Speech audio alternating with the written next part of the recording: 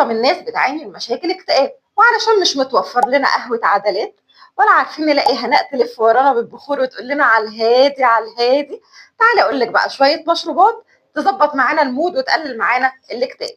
في الفيديو ده هتكلم عن 6 حاجات نعملها نقلل بيها الاكتئاب، واخر حاجة هكلمك عنها ليها نفس تأثير الأدوية مضادة الاكتئاب بس من غير الآثار الجانبية. اول حاجه زيت اللافندر. زيت اللافندر مش هنشربه، هنجيبه هندهن بيه مقدمه الوجه كده، وهنرش بيه على المخدات بتاعتنا قبل النوم علشان خاطر تهدي الاكتئاب وتخلينا ندخل في مود كويس قبل ما ننام. كمان نقدر نرش فيها في الاوضه اللي احنا قاعدين بنذاكر علشان خاطر تهدي شويه من حده الاكتئاب والعصبيه اللي موجوده. الحاجة التانية اللي هتكلم عنها هي اليانسون.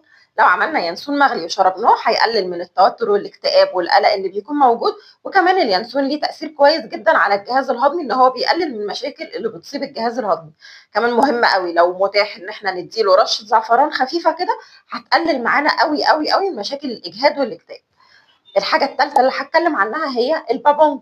البابونج مهم جدا علشان خاطر مشاكل التوتر والقلق والاجهاد. الحاجه الرابعه اللي هكلمك عنها هي الميليسا. الميليسا ليها نفس شكل اوراق النعناع، بتكون ليها ريحه الليمون، مهمه جدا لعلاج القلق والاكتئاب والتوتر والاجهاد.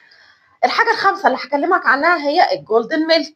اتكلمنا عنه قبل كده في فيديو سابق وقلنا ان احنا لو جبنا كوبايه لبن مغلي وحطينا عليها معلقه او نص معلقه من الكركم وقلبناها وادينا لها رشه فلفل اسمر وشربناها، هتقلل من الاجهاد ومن الاكتئاب وكمان من الشوائب الحره اللي بتكون موجوده في الجسم، وهتحسن الحاله المزاجيه اثناء فتره المذاكره.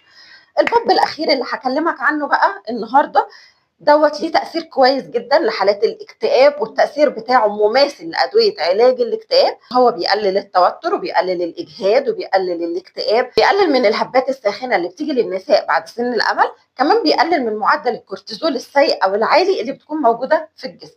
العشبة اللي بكلمك عنها هي عشبة القديسين أو عشبة القديس يوحنا أو عشبة القديس جون، وهي حلال مش حرام. بالطريقه اللي احنا بناخدها منها ان احنا بنسخن ميه او بنغلي ميه ونحطها في كوبايه ونغطيها ونشربها بعد شويه. ممكن ناخدها من مره لمرتين في اليوم مش اكتر من كده، علشان خاطر كل شيء طبعا لما بيزيد عن حده بيتقلب لضده. كمان مهم الناس اللي عندها مشكله سيوله في الدم او بتاخد ادويه لعلاج السيوله ما ناخدش منها، لان هي تاثيرها مش هيكون كويس معاهم. والسيدات اللي بتاخد حبوب منع الحمل برضه ما تاخدش من العشبه دي، لان اكتشفنا ان هي تقريبا بتوقف التاثير بتاع ادويه بتاع حبوب منع الحمل. فعلشان خاطر ما تخشيش في اكتئاب جديد، الافضل اللي في الفتره دي او اللي بياخد حبوب منع الحمل ما ياخدهاش علشان خاطر ما يلبسش في مشكله جديده.